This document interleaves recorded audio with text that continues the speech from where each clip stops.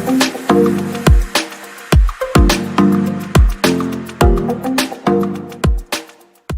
Student, अस्सलाम वालेकुम। Welcome to रेबर एकेडमी। स्टूडेंट, आज जो हमारा पेपर है वो साइंस 2 का गेस्ट पेपर 2 है। एक पेपर अपलोड हो चुका ऑलरेडी, ये दूसरा पेपर है। तो एक पेपर अगर किसी ने पहला पेपर नहीं देखा है तो मैंने उसकी लिंक जो डिस्क्रिप्शन में दी है, आप वहां जाके उसको क्लिक करके भी वो पेपर को देख सकते हैं। उसका पीडीएफ फॉर्मेट मेरे ब्लॉग पे जाके, उसकी भी लिंक नीचे दी गई डिस्क्रिप्शन में, वहां जाके आप जो चाहे वो पेपर डाउनलोड कर सकते हो पीडीएफ फॉर्मेट में, और वहां से आप उसको सोल्यूशन के लिए आपको वीडियो देखना पड़ेगा। तो बहुत सारे पेपर जो है मैंने वहां पर भी अपलोड करके रखा है, आप वहां से उसको क्लिक करके डाउनलोड कर सकते हैं पीडीएफ फॉर्मेट में पेपर को। ठीक है, और भी पेपर आपके पास आने वाले हैं। तो स्टूडेंट, ये पेपर है हमारा साइंस 2 का। चलिए शुरू करते हैं। अगर किसी ने अभी तक चैनल को सब्सक्राइब नहीं किया तो सब्सक्राइब करो यार, सब्सक्राइब करो, लाइक करो, शेयर करो। ओके, चलिए नेक्स्ट देखिए। क्वेश्चन नंबर 1 हमारा, जिससे पहले जो आपको हिदायत दी जाती है वो हिदायत यहां पर हमारे पास है। उस हिदायत को हम गौर से पढ़ेंगे और उसी मुताबिक हमको पेपर जो है सॉल्व करना है। इससे पहले भी मैंने ये कई पेपरों में बताया है, हिदायत आप पढ़ के उसी मुताबिक पेपर सॉल्व करेंगे। मैं हिदायत नहीं पढ़ रहा हूं, मैं डायरेक्ट आगे बढ़ रहा हूं। चलिए पहला क्वेश्चन, एमसीक्यूज रहता है, आपको पता है 5 एमसीक्यूज है, पांचों के आंसर आपको यहां पर करेक्ट लिखना है ताकि आपको 5 मार्क्स आसानी से मिल जाए। ओके, क्वेश्चन नंबर 1, दर्ज झेल में किस सनत में खुर्दुबिनी हयाती खामरे इस्तेमाल नहीं होते? खुर्दुबिनी हयाती खामरे कहां पर इस्तेमाल नहीं होते? तो पहला शीशे की साजी की सनत, चीज साजी की सनत, जो चीज आप ब्रेड पे लगा खाते हो ना वो, चमड़ा साजी की सनत और कागज साजी की सनत। तो हमारा जो जवाब है बच्चों, जवाब जो स्टूडेंट हमारा शीशे साजी की सनत में इसका इस्तेमाल नहीं होता। सेकंड क्वेश्चन है हमारा, डैश डैश पहले ज़हीन इंसान के जमात की मिसाल है। तो आपको मालूम है फेटरताल, ये जो है ये नेटरताल जो है, ये नेटरताल ये जो है पहले ज़हीन इंसान की मिसाल है। नंबर 3, शकरकंद जैसी नबातात में डैश डैश के जरिए अफजाइश नस्ल अंजाम पाती है, अफजाइश अंजाम पाती है। तो शकरकंद आपको पता है वो तो जड़ है ना, तो जड़ ही जवाब आएगा हमारे पास। ठीक है, जड़। अल्कोहल की वजह से डैश डैश निजाम सबसे ज्यादा मुतासिर होता है, असबी निजाम, जो असबी निजाम है, जो मसल्स, वो सबसे ज्यादा यहां पर जो है ना वो इसके ऊपर जो है मुतासिर होते हैं अल्कोहल की वजह से। पांचवा है हमारा, डीएनए धागे की मालूमात आरएनए धागे पर इरसाल करने के अमल को डैश डैश कहते हैं। तो आपको पता है ये तो ट्रांसलोकेशन है ना, ये ट्रांसलोकेशन है, जो डीएनए धागे से आरएनए धागे पर जो इरसाल करने के अमल को ट्रांसलोकेशन कहते हैं। दर्ज झेल सवाल हल कीजिए। आपको पूरे सवाल हल करना है, चारों सवाल आपको यहां पर हल करना है। एक्चुअल में ये सवाल 5 रहते हैं, तो 4 भी हो सकते हैं, आप ये 4 क्यों हो सकते हैं आप ये सोचिए। क्यों? क्योंकि ये सवाल 5 मार्क्स की होना चाहिए बस। तो यहां पर देखिए सवाल नंबर 1, 2, 3 और चौथा सवाल 2 मार्क्स का है, तो आपके 5 मार्क्स कंप्लीट होते हैं, इसलिए 4 सवाल है यहां पर। ठीक है, पहला सवाल, आपको पहली जोड़ी देखकर दूसरी जोड़ी को मुकम्मल करना है। उफकी तकसीम दोई, तो ये पैरामीशम है। तो उमूदी तकसीम दोई, उमूदी तकसीम दोई किसमें होता है? तो इसका जवाब हम लिखेंगे योगिलिना में उमूदी तकसीम दोई होती है, तो आपके वहां पर आएगा योगिलिना। ठीक है, सेकंड में क्या है, मुझे पहचानिए, मेरा जिस्म लंबा, इस्तवानानुमा और यकसा तौर पर हल्कादार है और मैं बर्रो तुफैली हूं, चूसने जैसे मेरे आजा है, चूसने जैसा, चूसते ना खून चूसने वाले, मैं कौन हूं? तो इसका नाम पहचान, इसके बारे में दिया गया है, इसका नाम पहचान कर हमको लिखना। ये जोंक है, जोंक जो है चूसता है ना, तो मैं जोंक को लीच जिसको कहते हैं। मेरा आयला हल्केदार दूधे में, ये इसका आयला जो है, इसकी जमात जो हल्केदार दूधे में इसका आयला होता है। ये भी हमको यहां पर लिखना है। तीसरा, सही है गलत अब कोई बता सकता है, ये तो सही जवाब है ना, तंबाकू से बनी हुई अशिया की वजह से मुंह फेफड़ों कैंसर होता है, ये आपको पता है, ये सही है। ठीक है, चलिए अब चौथा सवाल जो जोड़ियां लगाइए और 2 मार्क्स के लिए, जोड़ियां लगाइए और 2 मार्क्स। बहुत आसान है। हेमोग्लोबिन आपको सबको पता है कहां पर रहता है? ब्लड में, खून में, तो पहली जोड़ी खून हो गई। और एसिन जो है, आसिन जो है वो हड्डियों में रहता है, तो हम जोड़ी लगा सकते हैं हेमोग्लोबिन खून, एसिन हड्डियां। हो गए आपके 2 मार्क्स कंप्लीट। तो ये टोटल आपके 5 मार्क्स यहां पर कंप्लीट होते हैं। नेक्स्ट क्वेश्चन नंबर 2 पे चलते हैं। 1, 2, 3 साइंसी वजूहात लिखिए, कोई 2, 3 दी जाएंगी आपको। चलिए पहली साइंसी वजह देखते हैं। जेली फिश अगर हमारे जिस्म से मस हो जाए तो उस जगह जलन होती है। अब ये क्यों होता है? जेली फिश अगर यहां से मस करके चले जाए तो जलन होती है। तो देखिए उसका जवाब, जेली फिश आपको पता है ये क्या करती है, अपना शिकार करने के वास्ते ये जो आयला के जो जानदार है ये एक जहरीला मादा शिकार करने के लिए, है ना, तो ये जहरीला मादा छोड़ते हैं और वो मादा छोड़ने के बाद अब वही चीज हमारे जो जिस्मों से टकराती है, मस होती है, तो हमको जलन होती है। सीधी सी एक सिंपल मिसाल मैंने आपको दिया, यही आपको अपने अच्छे पॉइंट में लिखना है, ठीक है। तो क्या जेलीफिश आइलानुमा स्तरों से ताल्लुक रखते हैं, तो पहले उसका आइला लिख दीजिए, कौन से फाइलम से है वो, तो फाइलम स्तरोनुमा से ताल्लुक रखती है। इस हैवानात के मुंह के अतराफ निडोब्लास्ट वाले गेरिंदे पाए जाते हैं। गेरिंदे शिकार पकड़ने में मदद देते हैं, जबकि नेटोब्लास्ट शिकार के जिस्म में जहरीला मादा दाखिल करते हैं और अपनी हिफाजत के लिए हैवान इसका इस्तेमाल करते हैं, और वही मादा आगे आप लिख सकते हैं हमारे जिस्म पर मस होता है तो हमको जलन होती है। सिंपल एकदम आंसर, ठीक है। सेकंड, बिजली की पैदावार की किस्मों के लिहाज से टरबाइन की साख्त मुख्तलिफ होती है। अब देखिए हर टरबाइन की साख्त मुख्तलिफ बनाते हैं, हर एक किस्म की बिजली पैदा करने के लिए। कोई आबी बिजली, कोई हवा की बिजली, हवा की तवानाई से पैदा कर रहा है, कोई आबी तवानाई से पैदा कर रहा है, कोई न्यूक्लियर इंशिकाक से पैदा कर रहा है। तो जब जब जब ये तवानाई मुख्तलिफ जराए से पैदा की जाती है ना, तो वहां पर जो टरबाइन जो है अलग अलग इस्तेमाल करते हैं। तो उसका जवाब है हमारे पास जनरेटर, क्योंकि टरबाइन को किससे जोड़ा जाता है, जनरेटर। तो जनरेटर बरकी मकनातीसी अमाला उसूल पर काम करता है। ये हमने उस पर पढ़ा है, बरकी-राव के असरात। अगर आपने नहीं देखा है वीडियो तो क्या कीजिए, आप आई के बटन पर क्लिक कीजिए, ऊपर देखिए आपको मिलेगा बरकी जो वीडियो है बरकी मकनातीसी बरकी-राव के असरात के ऊपर, सॉरी बरकी-राव के असरात के ऊपर वीडियो है। तो जनरेटर जो है ना, पहला पॉइंट आप लिखेंगे जनरेटर बरकी मकनातीसी अमाला के उसूल पर काम करता है। उसके बाद इसलिए जनरेटर को घुमाने जरूरी होता है, क्योंकि जनरेटर घुमा तो इलेक्ट्रिसिटी पैदा नहीं, क्योंकि वही जो है बरकी मकनातीसी अमाला पर काम करता है, तो जनरेटर को घुमाना जरूरी है। इसलिए वो जनरेटर को घुमाने के लिए किससे जोड़ा जाता है, टरबाइन से जोड़ा जाता है। अब टरबाइन को घुमाने के लिए क्या लगेगा, तो हमको तवानाई की जरूरत होगी। तो मुख्तलिफ किस्मों की तवानाई, आबी तवानाई, हवा की तवानाई, तो क्या करते हैं, टरबाइन को घुमाने के लिए तवानाई की जरूरत होती है। तीसरा पॉइंट हो गया। चौथा पॉइंट, टरबाइन को घुमाने वाली तवानाई की किस्मों के लिहाज से टरबाइन की साख्त भी मुख्तलिफ होती है ना। पानी से घुमाना है तो उसकी साख्त अलग होगी, हवा से घुमाना है टरबाइन को उसकी साख्त अलग होगी, और दूसरी जो तवानाई है वो तवानाई मुख्तलिफ किस्मों की तवानाई के लिए मुख्तलिफ किस्मों की टरबाइन की साख्त होती है। यह हमारी वजूहात हो गई यहां पर, ठीक है। चलिए नेक्स्ट, वर्जिश करने के बाद हमें थकावट महसूस होती है, सीधी सी बात है, लेकिन इसकी वजह क्या है, वर्जिश करने के बाद हम थकते क्यों है, या खिलाड़ी अगर मैदान में खेलने के बाद कुछ देर खेलने के बाद जो है थक जाते हैं, फिर उनको ग्लूकोज दिया जाता है, आपने देखा होगा, ऐसे भी क्वेश्चन आ सकते हैं। तो वर्जिश करने के बाद हमें थकावट क्यों महसूस होती है, तो उसका जब हम लगातार वर्जिश करते हैं तो खलियात में ऑक्सीजन कमी हो सकती है। देखिए खलियात में क्या होगा, ऑक्सीजन की कमी हो सकती है। अगर हम लगातार वर्जिश करते हैं तो खलियात जो है ऑक्सीजन कमी हो सकती है। इसलिए इस हालत में हमारे उजलात और दूसरी जो नसीजे हैं हमारे जिस्मों में, वो ऑक्सीजनी तनफ्फुस के तरीके से अपना अमल तनफ्फुस जारी रखते हैं। जब अगर हमारे जिस्मों में ऑक्सीजन की कमी हो जाती है, क्योंकि हम हाँफते हैं, है ना, हम वर्जिश करते हैं, थकते क्यों है, क्योंकि जब किसी काम को ज्यादा वक्त लगाया जाता है, मतलब किसी काम को जब किया जाता है या वर्जिश की जाती है, तो हमारे जिस्मों में ऑक्सीजन की कमी होती है। तो हमारे उजलात और जो दूसरी नसीजे है ना, वो क्या करती है, ऑक्सीजनी तनफ्फुस का अमल जो है वो जारी रहता है हमारे जिस्म में। इस अमल में फिर क्या होता है, लैक्टिक एसिड तैयार होता है।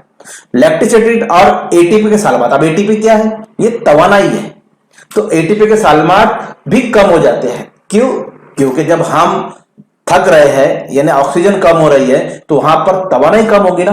तो तवानाई किससे होती है, एटीपी से, और एटीपी क्या होते हैं, फिर सालमात कम हो जाते हैं, जिस वजह से तवानाई की कमी और लैक्टिक एसिड की कमी की वजह से हम थकन महसूस करते हैं। ये पॉइंट्स अगर आपने लिख लिया तो आपको मार्क्स कंप्लीट मिलेंगे, ठीक है। ऑक्सीजन की कमी होती है, अमल तनफ्फुस जारी रहता है, जिसमें लैक्टिक एसिड होता है। लैक्टिक एसिड की फिर क्या होता है, एटीपी सालमात की कमी हो जाती है, तो फिर सालमात की एटीपी सालमात की क्या होगी, कमी वाकई होगी। और एटीपी क्या होता है, तवानाई होता है, तो इसलिए जब तवानाई हमारे इसमें कम हो रही है तो हम थकन महसूस करेंगे। चलिए नेक्स्ट, क्वेश्चन नंबर 2 का बी, पहला सवाल, केक का टुकड़ा बंद डब्बे में 2-3 दिन मरतूब हवा में रखे। तो आप देखेंगे बॉम्बे के इलाकों में या शहरी समुद्री इलाकों में हवा मरतूब होती है, यानी हवा में नमी होती है, पसीना निकलते रहता है ना, कभी भी देखिए गर्मी के, तो ये मरतूब हवा है। तो अगर ऐसे इलाकों में केक का बंद टुकड़ा बंद डब्बे में 2-3 दिन मरतूब हवा में रखे तो क्या नजर आएगा? पहला। दूसरा, नजर आने वाली शय का साइंसी नाम और एक खुसूसियात लिखिए। तो अब वो क्या होगा? क्या नजर आएगा आपको? केक रखिए या ब्रेड रखिए, आप घर में ब्रेड लाते होंगे, ब्रेड रखिए तो उसके ऊपर ना सफेद सफेद भूरा रेशा जम जाता है। तो केक का टुकड़ा बंद डब्बे में 3 दिन मरतूब हवा में रखे तो टुकड़े पर सफेद रेशे नजर आते हैं। आपने भी देखा होगा कभी घर में। ठीक है, चलिए नेक्स्ट क्वेश्चन क्या पूछ रहा है? नजर आने वाली शय, फफूंद है ना भाई वो, तो साइंसी नाम म्यूकर नामी फफूंद, गंधखोर, सब्ज माइना खैर मौजूद और रेशेदार जिस्म, ये उसकी खुसूसियात है। अब आप, मैंने ये पॉइंट्स लिखा है, आप पॉइंट्स मत लिखना, आप लिखना खुसूसियात वहां पर। कैसे लिखेंगे? नजर आने वाली शय का साइंसी नाम म्यूकर नामी फफूंद है। खुसूसियात, म्यूकर फफूंद गंधखोर होती है, ये इसमें सब्ज वाइना गैर मौजूद होता है, इसका जिस्म रेशेदार जिस्म होता है। इस तरह पूरा जुमला लिखेंगे तो ही मार्क्स मिलेंगे। ये मैंने पॉइंट दिया, अगर आपने ये याद कर लिया तो आप जुमला बना सकते हो अपने तौर से, राइट। तो ये पॉइंट जो है ना, याद करने का तरीका यही है, पॉइंट याद रखिए। नंबर 2 क्वेश्चन, तस्वीर में दिए हुए जानदार की जमात पहचानिए और उस जमात की 2 खुसूसियात लिखिए। तो ये क्या है? चमगादड़ है ना, आप लोग चमगादड़ है, चमगादड़ है और इसकी 2 खुसूसियात। अब ये कौन से? ये पिस्तानिया है, दूध पिलाने वाले। ठीक है, तस्वीर में दिए हुए जानदार की जमात पिस्तानिया है। ठीक है, अब इसकी 2 खुसूसियात हमको लिखना है। तो खुसूसियात देखिए, नंबर 1, इनमें पिस्तानिया गुदूद होते हैं, राइट, जिससे वो दूध पिलाते हैं। ये गर्म खून के हैवानात होते हैं। ठीक है, सर, गर्दन, धड़ और दुम जिस्म का हिस्सा होते हैं। ये सब चीजें उनके जिस्म का हिस्सा होते हैं। ये 3 खुसूसियात, उसने 2 बोला था, हमने 3 खुसूसियात लिख ली, राइट। तो इस तरह थोड़ा आंसर बड़ा कर दीजिए, 2 बोला है तो 1 कर दो और 3 कर दीजिए, आपके मार्क्स अच्छे हो जाएंगे। ठीक है, ठीक है, चलिए नेक्स्ट क्वेश्चन की तरफ चलते हैं। तीसरा, आसारी आजा की तारीफ लिखिए, किसी 2 आसारी आजा के नाम लिखिए। आसारी आजा, वेस्टिजियल ऑर्गन, वेस्टिजियल ऑर्गन जो हमारे जिस्म में कुछ काम के नहीं है। कलदाड़ हो गई, अपेंडिक्स हो गया, राइट, दुम गजा हो गया जानवरों में, देखो ना दुम गजा, गोश्त खाते हुए दुम गजा, तो उसमें रहता है। ये सब जो है ना वेस्टिजियल ऑर्गन है, ये आसारी आजा है। कान की उजलात हो गई, ये वाले उजलात जो है ये किसी काम के नहीं है, तो ऐसे आसारी आजा इनको कहा जाता है। ठीक है, अब इसकी तारीफ लिखना है। जानदारों में तनजुल पजीर या नामुकम्मल नमू याफ्ता गैर फाल, यानी इनका कोई काम नहीं है। नामुकम्मल यानी पूरी तरह से पैदा नमू नहीं होते हैं। गैर फाल उज्जो यानी जिस्म का हिस्सा या हिस्सा को आसारी उज्जो कहते हैं। इतना याद रखना आपको तारीफ। 2 क्या, बहुत सारी अपेंडिक्स, अक्लदाड़, दम गुजा, कान के अजलात, ये जब ने बताया, ये सब के सब जो है ना, ये इसकी क्या है? नाम है। बस हो गया आपके 2 मार्क्स। दर्ज अलामत क्या जाहिर करती है? चौथा सवाल, नंबर ए और बी। देखिए ए जो है वो आग भड़क रही ना ऑक्सीजन में, तो लिखेंगे हम हवा ऑक्सीजन के साथ ताल्लुक पैदा होते ही इश्तियाल पजीर शय शक्ल में दिखाई गई है। जिल्द और आंखों के खलियात पर असर करने वाली शय दूसरे बी शक्ल में दिखाई गई है। सिंपल 2 मार्क्स आपके मिल गए। पांचवा सवाल, मुख्तलिफ असबाब के तहत बेशुमार ज़ौजैन को औलाद नहीं होती।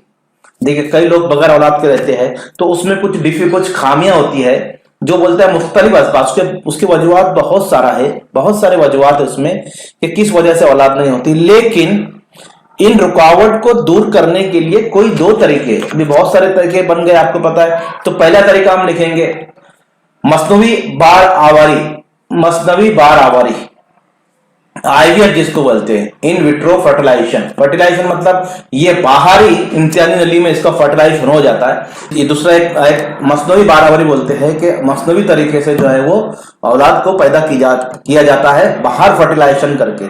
सेकंड, मुतबादिल माँ, सरोगेट मदर जिसको कहते हैं, मतलब किसी की कोख जो है वो भाड़े पर लेकर उसके अंदर जो है बच्चे को पैदा। किसी माँ में क्या होता है, कभी किसी रहम में या रहम नाली में, तो इसमें कोई डिफिकल्टी आ जाती है, कोई दुश्वारी हो जाती है, कोई तकलीफ होती है, मतलब किसी वजह से वो काम नहीं करती है, तो फिर दूसरी माँ का सरोगेट मदर जिसको कहते हैं, मुतबादिल माँ के कोख में जो है बच्चे को वो जन्मा जाता है। इस तरह के जो अभी आजकल ये तरीके जो है इस्तेमाल किए जाते हैं। चलिए बच्चों नेक्स्ट।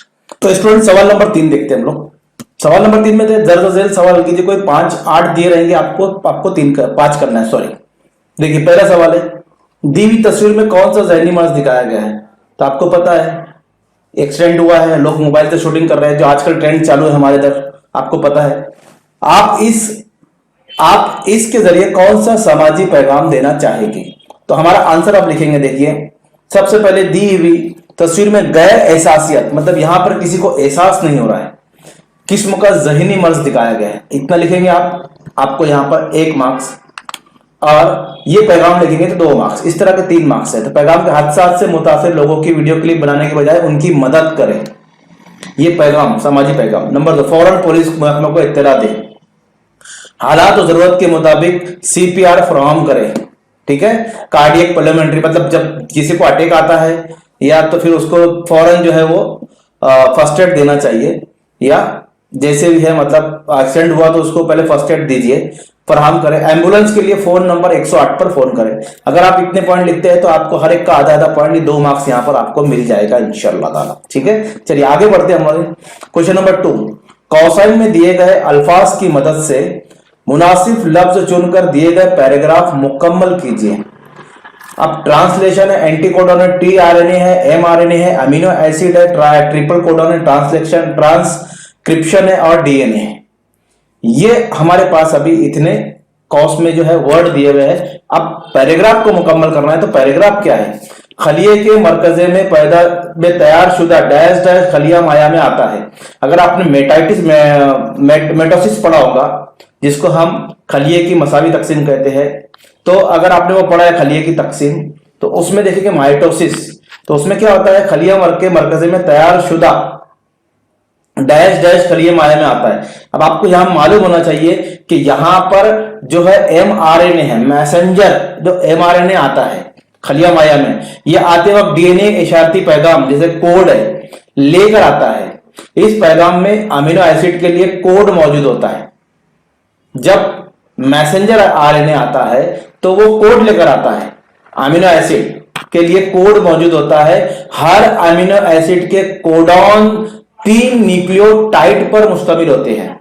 3 न्यूक्लियोटाइड की वहां पर धारा मिलेंगी आपको, अगर आपने वो पढ़ा होगा अच्छी तरीके से, तो वो 3 न्यूक्लियोटाइड में पर मुश्तमिल होता है। तो हम उसको क्या बोलेंगे? एक कोड, एक तो 3 है तो ट्रिपल कोडॉन, जिसे हम ट्रिपलेट कोडॉन कहते हैं। समझ में आया? हर mRNA हजारों ट्रिपलेट कोडॉनों से बना होता है। हर mRNA हजारों ट्रिपलेट कोडॉन होते हैं उसके अंदर, उससे बना होता है। mRNA पर पैगाम के मुताबिक डैश डैश फराहम करने का काम, क्या फराहम करने का काम? अमीनो एसिड फराहम करने का काम कौन करता है? tRNA करता है। कौन करता है? tRNA करता है। ये याद रखिए। इस मकसद के लिए जैसे कोडॉन mRNA पर होता है, उसके बरक्स जैसे mRNA कोड को लेकर आता है, तो tRNA क्या करेगा? एंटी कोडॉन, जैसे वायरस है तो एंटीवायरस है ना, वायरस अगर आ गया कोई तो उसका एंटीवायरस उसका टोल रहता है। तो ऐसे mRNA क्या लाता है? कोड लाता है। तो tRNA क्या लाता है? उसका एंटी कोडॉन लाता है। तो यहां पर हमारे पास आएगा इसके बरक्स एंटी कोडॉन tRNA पर होता है। इस अमल को हम कहते हैं ट्रांसक्रिप्शन। क्या कहते हैं? Transcription, translation, sorry. इस अमल को कहते हैं ट्रांसलेशन। इस अमल को हम कहते हैं ट्रांसलेशन। समझ में आ गया? चलिए ये पैराग्राफ मुकम्मल करेंगे, आपको 3 मार्क्स पूरे यहां पर हासिल हो जाएंगे। Next question, question number 3। ए और बी तस्वीर का मुशाहिदा कीजिए और दर्ज झेल सवालों के जवाब लिखिए। ये तस्वीर किन आफत की है? तो आपको दिख रहा है एक जगह जलजला आया है, एक जगह जो फ्लड है क्या है। एक नंबर इसके 3 और क्वेश्चन है 2। ए, इस आफत के वक्त आप कौन कौन सी इब्तिदाई एहतियात इख्तियार करेंगे? आपको क्या मतलब एहतियात रखना है उसके लिए। बी, इस आफत की वजह से जख्मी अशखास का आप कौन कौन सा फौरी इलाज करेंगे? आप देखिए बहुत ऐसे आसान सवाल है जो ईवीएस में है, जिसका आप आंसर आसानी से याद कर सकते हो, लिख सकते हो। पहला है शक्ल ए जलजले की शक्ल है, शक्ल बी आग लगी वहां पर, देखेंगे आप ठीक है, शक्ल बी में जो है वो आग लगी हुई है। ठीक है, देखिए शोले दिख रहे हैं आपको।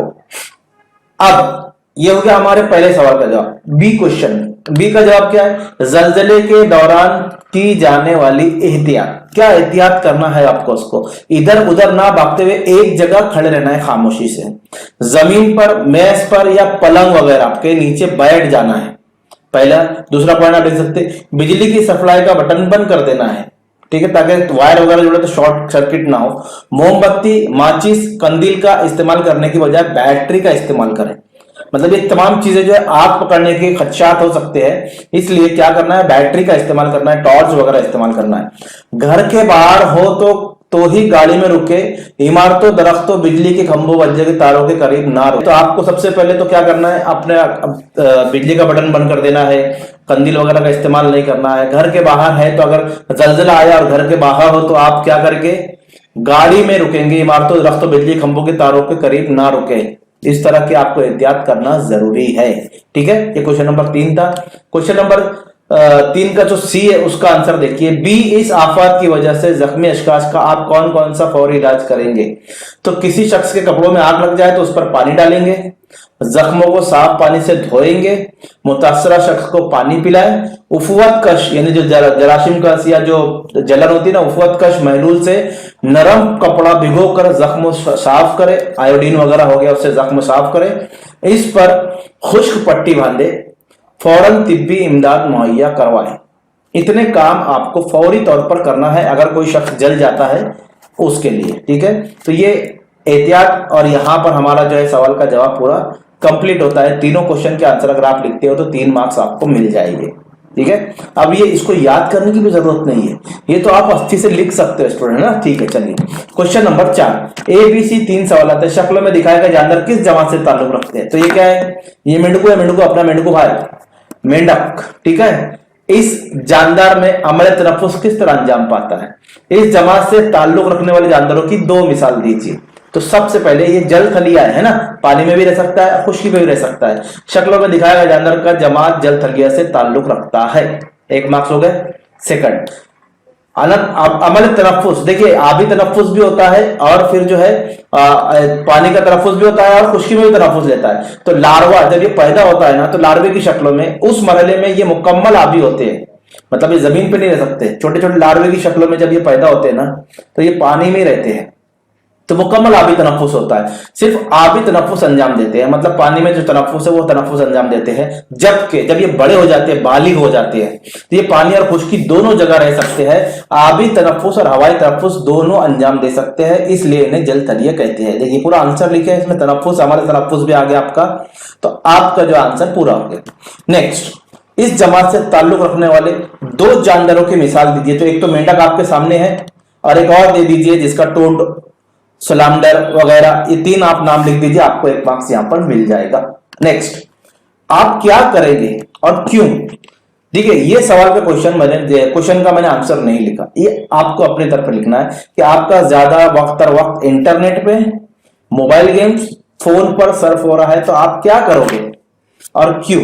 ये सवाल आप अपनी मर्जी से लिखिए, बेस्ट वे आपके लिए बहुत अच्छा है। आप जितना बड़ा लिख सकते हो उतना बड़ा लिख लोगे, आप कुछ भी लिखिए, मार्क्स इंशाल्लाह मिलेंगे। लेकिन पॉइंट टू द पॉइंट रहना चाहिए, कुछ भी बकवास मत कीजिए। बकवास मतलब गाने लिख के आ जाएंगे वहां पर, ये वगैरह वगैरह, ऐसे नहीं करना है आपको, है ना, प्रॉपर आंसर लिखना है। 6ठा सवाल, बर्की तवानाई मुख्तलिफ तरीके से पैदा की जाती है, मसलन आबी तवानाई, हवा की तवानाई, शमसी तवानाई, हयाती ईंधन वगैरह तवानाई के जराए अब्दी और ना खत्म होने वाले हैं। इसके अलावा ये जराए माहौलती मसाइल भी पैदा नहीं करते। ये एक पैराग्राफ है, अब उसके सवाल आते हैं। दर्ज बाला मालूमात किस तवानाई के बारे में है? बाहर सी बात है, ये तो सब्ज तवानाई है ना, इस कभी ना खत्म होने वाली है, आलूदगी नहीं होती है, तो सब्ज तवानाई, दर्ज बाला मालूमात सब्ज तवानाई से मुताल्लिक है। आपका जवाब हो गया। क्या रकाजी ईंधन इस तवानाई की एक मिसाल है? बिल्कुल नहीं है, रकाजी ईंधन सब्ज तवानाई की मिसाल नहीं है। जानदार जब जमीन में दफन होते हैं उनसे जो तवानाई, तो रकाजी तवानाई है ना। तीसरा जो था, बर्की तवानाई पैदा करने का रवा खाका तैयार कीजिए। तो जब टरबाइन घुमाने के लिए कोई भी तवानाई लगती है, ये पहला। उसके बाद टरबाइन पे जाते हैं, जैसे पानी गिर रहा है तो पानी पे, सिर्फ इसने बोला तवानाई, बर्की तवानाई, कोई भी तवानाई हो सकती है, उसका रवा खाका यही रहेगा। टरबाइन घुमाने के लिए तवानाई का मुनासिब जरिया पानी हो सकता है, हवा हो सकता है, न्यूक्लियर फिक्शन हो सकता है, कुछ भी हो सकता है यहां पर जिससे तवानाई पैदा की जा सकती है। उसके बाद टरबाइन पे जाता है, टरबाइन जनरेटर से जुड़ा होता है, जनरेटर बल्कि तवानाई पैदा करता है। तो ये खाका हो गया। इस तरह आप पूरा खाका बनाएंगे तो आपको 1 मार्क्स, तो ये 3 मार्क्स आपके यहां पर कंप्लीट होते हैं। क्वेश्चन नंबर 7 की तरफ चलते हैं स्टूडेंट। मसावी तकसीम और तकलीली तकसीम, मियोसिस, माइटोसिस और मियोसिस में फर्क वाजे करना है। तो चलिए फर्क वाजे करते हैं। पहले लिखते हैं हम खलिए की मसावी तकसीम और लिखते हैं खलिए की तकलीली तकसीम। अब मसावी तकसीम में क्या होता है कि खलिया मसावी तकसीम में दुगनी 2n जो रहते हैं ना, दुख्तर जो एक मोरसी खलिए से 2 दुगने 2n दुख्तर खलिए तैयार करता है। मसावी तकसीम 2 खलिए दुख्तर खलिए तैयार होते हैं। इसमें क्या होता है, तकलीली तकसीम में दुगनी हालत के एक मोरसी खलिए से 4 गुना दुख्तर खलिए तैयार होते हैं। फर्क समझ में आ गया, इधर दुगना इधर 4 गुना। उसके बाद मोरसी खलिया दुख्तर खलिया जिनियाती नुक्ते नजर से एक जैसे ही होते हैं। यहां पर जो मौरसी खलिया है और जो दुख्तर खलिया है, डॉटर सेल जो है, वो दोनों जो है वो एक जैसे ही होते हैं जिनियाती नुक्ते नजर से। यहां पर क्या होता है, इस तरीके में तैयार होने वाला दुख्तर खलिया जिनियाती नुक्ते नजर से मुख्तलिफ होता है, क्योंकि ये जो अमल होना रहा खलिए की तकलील तकसीम, ये जो है पैदाइश का अमल है। मतलब जब बच्चा पैदा होता है ना, वो अमल से ये अमल है। और ये मसावी तकसीम जो है ना, ये नशोनुमा होती है, खलियात बढ़ते हैं, इंसान ग्रोथ होता है। अगर कहीं जख्म लग जाए आपको तो जख्म भरने के लिए जो अमल होता है ना, वो खलिए की मसावी तकसीम है, इसको बोलते हैं मैटोसिस। और जब हम पैदा होते हैं ना, जब वहां जो अमल होता है जिससे बनता है ये, तो खलिए की तकसीम वो तकलीली तकसीम होती है। तो ये फर्क है दोनों में। तो हम अगला फर्क लिखेंगे, जिस्म की नशोनुमा की खलिए की मसावी तकसीम जरूरी है। अगर खलिए की मसावी तकसीम नहीं होगी, जख्म नहीं बढ़ेंगे, बड़े नहीं होंगे इंसान। और तकलीली तकसीम जो है वो जिनसी अफजाइश नस्ल में तकलीली तकसीम का किरदार काफी अहम होता है। ठीक है, ये फर्क है। अगर आप 3 फर्क लिखते हैं तो आपको 3 मार्क्स यहां पर कंप्लीटली मिल जाते हैं। क्वेश्चन नंबर 8वां आखिरी क्वेश्चन, क्वेश्चन नंबर 3 का 8 रहेंगे, आपको 5 करना है। अब ये भरना है आपको, प्रोटीन के हाजमे से तैयार शुदा अमीनो एसिड, इसमें जो है ना ये सब पूरा भरना है आपको। देखिए दिखा है पहला, जिल्द, मेलेनिन, रंगीन मादा, कैरेटिन। ये जिल्द में प्रोटीन के हाजमे से तैयार शुदा अमीनो एसिड के नाम है जो जिल्द में जाते हैं। तो ऐसे ही खून में क्या जाएगा, हड्डियों में जाएगा आसिन, हड्डियों में आसिन, याद रखना है। अब खलियात में क्या रहेगा, खलियात में रहेगा खुलवी झिल्ली के प्रोटीन मुख्तलिफ खामरे, ये याद रखिए सब। ठीक है, लबलबा में इंसुलिन, ठीक है, ये सब याद रखने का, लबलबा, इंसुलिन और ट्रिप्सिन। और उसके बाद गद्दा नखाइया, गद्दा नखाइया में मुख्तलिफ महरकात होते हैं जो प्रोटीन के हाजमे से तैयार शुदा अमीनो एसिड है। उसके बाद उजलात, जो हमारे मसल्स है ना, उसमें जो है एक्टिन, मायोसिन, लचकदार प्रोटीन होते हैं ये सब। उसके बाद खून में जो होता है आपको मालूम है हेमोग्लोबिन और जिद्द जिस्म। इस तरह अगर आपने पूरे 6 सर्कल को भर दिया तो आपके जो है 3 मार्क्स पक्के, 1 का हाफ मार्क्स है आपको। तो ये वेब खाता है, इसको आपको मुकम्मल करना है। राइट, समझ में आ गया। अब सवाल नंबर 4 पे जाएंगे। सवाल नंबर 4, जेल दर्ज झेल सवाल हल कीजिए कोई एक। ठीक है, तो कोई एक सवाल हल कीजिए। सवाल नंबर 4 दर्ज झेल सवाल, तो कोई एक सवाल कीजिए। आप देखिए तस्वीर है यहां पर, और बीच में दिख रहा है आलू बन रहा है, आलू, आलू बटाटा। तो पहला दर्ज वाला शक्ल का ताल्लुक किससे है, तो दर्ज वाला शक्ल खुर्दुनी टीके से ताल्लुक रखती है। जो खाने की अशिया उसमें टीका लगाते हैं ना, वो इससे ताल्लुक रखती है। ठीक है, इतना याद रखिए आप, ये उसमें है हयाती टेक्नोलॉजी में। ठीक है, उसके बाद इंसानी अमराज के जरासीम से मतलूबा जीन अलग करके इन्हें नबाती वायरस में दाखिल किया जाता है। इसके 4 स्टेप्स हैं, तो चारों स्टेप को अपने यहां पर बयान करना है। तो पहला स्टेप देखिए यहां पर लिखा है, इंसानी अमराज के जरासीम से मतलूबा जीन अलग करके इन्हें नबाती वायरस में दाखिल किया जाता है। ये पहला स्टेप है। दूसरे स्टेप में क्या होता है, दूसरे मरहले में क्या होता है, वायरस आलू के पत्तों के टुकड़ों में मर्ज पैदा करता है। आलू के पत्तों के टुकड़े में मर्ज पैदा करता है, ये पैदाइशी नस्ल अमल चल रहा है। थर्ड जो होता है, पत्ते के टुकड़ों से आलू का मुकम्मल पौधा तैयार होता है। देखिए पौधा, सेकंड थर्ड स्टेप में पौधा तैयार हो गया है, जिसमें इंसानी मर्ज के जरासीम के जीन होते हैं। ठीक है, अब चौथा, कच्चे आलू के इस्तेमाल से इन जरासीम के खिलाफ मुदाफियत को पैदा होती है। ठीक है, अब देखिए अगर किसी इंसान के जिसमें कोई जरासीम है तो उसको ये जो है आलू, जो कच्चा आलू है, वो इन जरासीम के खिलाफ मुदाफियत पैदा करता है, मतलब वहां पर जो है इम्यूनिटी बढ़ाता है जिस्म की। ये कच्चा आलू, इसके लिए इसको इस तरह तैयार किया जाता है। जो जरासीम अगर हमारे जिस्म में है उसका जीन निकाला जाता है, इंजेक्ट किया जाता है, वायरस के दाखिल के दबाती वायरस में दाखिल किया जाता है। वायरस आलू के पत्तों के टुकड़ों में मर्ज पैदा करता है, वो मर्ज से फिर एक पौधा तैयार होता है, वो पौधे से आलू तैयार होते हैं। वो कच्चा आलू इस्तेमाल करने से वो जरासीम के मुदाफियत मतलब उसके खिलाफ काम करता है, जिसको हम बोलते हैं इम्यूनिटी। वो जरासीम से लड़ने की ताकत देता है। तो ये पूरा एक प्रोसीजर है। अगर ये पांचों आंसर आपने लिखे तो आपके 5 मार्क्स यहां पर कंप्लीट हो जाएंगे। नेक्स्ट सवाल नंबर 4 का आखिरी सवाल, तस्वीर में हुस्न इंतजामिया की कौन सी खामी दिखाई गई है? देखिए गंदा पानी है, सब नाले से निकल रहा है। दूसरा, खुर्दुबनी जानदार की मदद से हुस्न इंतजाम के ये खामी कैसे दूर की जा सकती है? समुद्री सतह से तैरने वाले तेल की परत को कैसे साफ किया जा सकता है?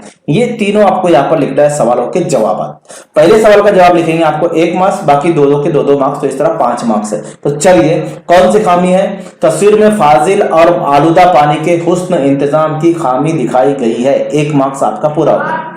सेकंड, खुर्दुबनी जानदार, इस आलूदा पानी में जो खुर्दुबनी जानदार मिलाए जाए जो मुरक्कबात का तज्जिया करता है, जो उसको तोड़ते हैं मुरक्कबात को, और साथ ही साथ हैजा और पेचिस के नुकसानदेह जो जरासीम है पानी में, उसको ये खत्म करते हैं, उनका खात्मा करते हैं। फेनॉल ऑक्सीडाइजिंग बैक्टीरिया इंसान के तैयार करदा कीमियाजात को तज्जिया करते हैं। फेनॉल है ना, ये ऐसे यहां पर जो है इसमें क्या किया जाता है, खुर्दुबनी जानदार मिलाए जाते हैं जो उनका तज्जिया करता है। ठीक है, तो ये पहला हमारा दूसरा पॉइंट का हमारा आंसर हो चुका है। तीसरा, समंदरी सतह से तेल की परत को साफ करने के लिए हाइड्रोकार्बोप्लास्टिक बैक्टीरिया मसलन अल्किनी डोरैक्स और बार्कियोमिन्स और स्यूडोमोनास इस्तेमाल करते हैं। ये उसके नाम है बैक्टीरियाज के, है ना, ये इस्तेमाल करते हैं। ये बैक्टीरिया हाइड्रोकार्बन का तज्जिया करता है और खारिज होने वाली कार्बन को ऑक्सीजन से मिला करके कार्बन डाइऑक्साइड और पानी बनाते हैं, तो ऊपर का जो तेल है वो साफ हो जाता है। ये तरीका है समुद्री पानी पे तैरने वाले तेल के परत को साफ करने का। उसमें इतने का बैक्टीरिया मिलाते हैं ताकि वो पानी साफ हो जाए। तो ये बच्चों पूरा सवाल के आपके जवाबात हो गए। इस तरह अगर आप जवाबात लिखोगे तो आपको कंप्लीट मार्क्स मिलेंगे। तो ये पेपर पीडीएफ फॉर्मेट में भी आपको मिलेगा, चैनल के कम्युनिटी टैब में भी मिलेगा और लिंक डिस्क्रिप्शन में दी है।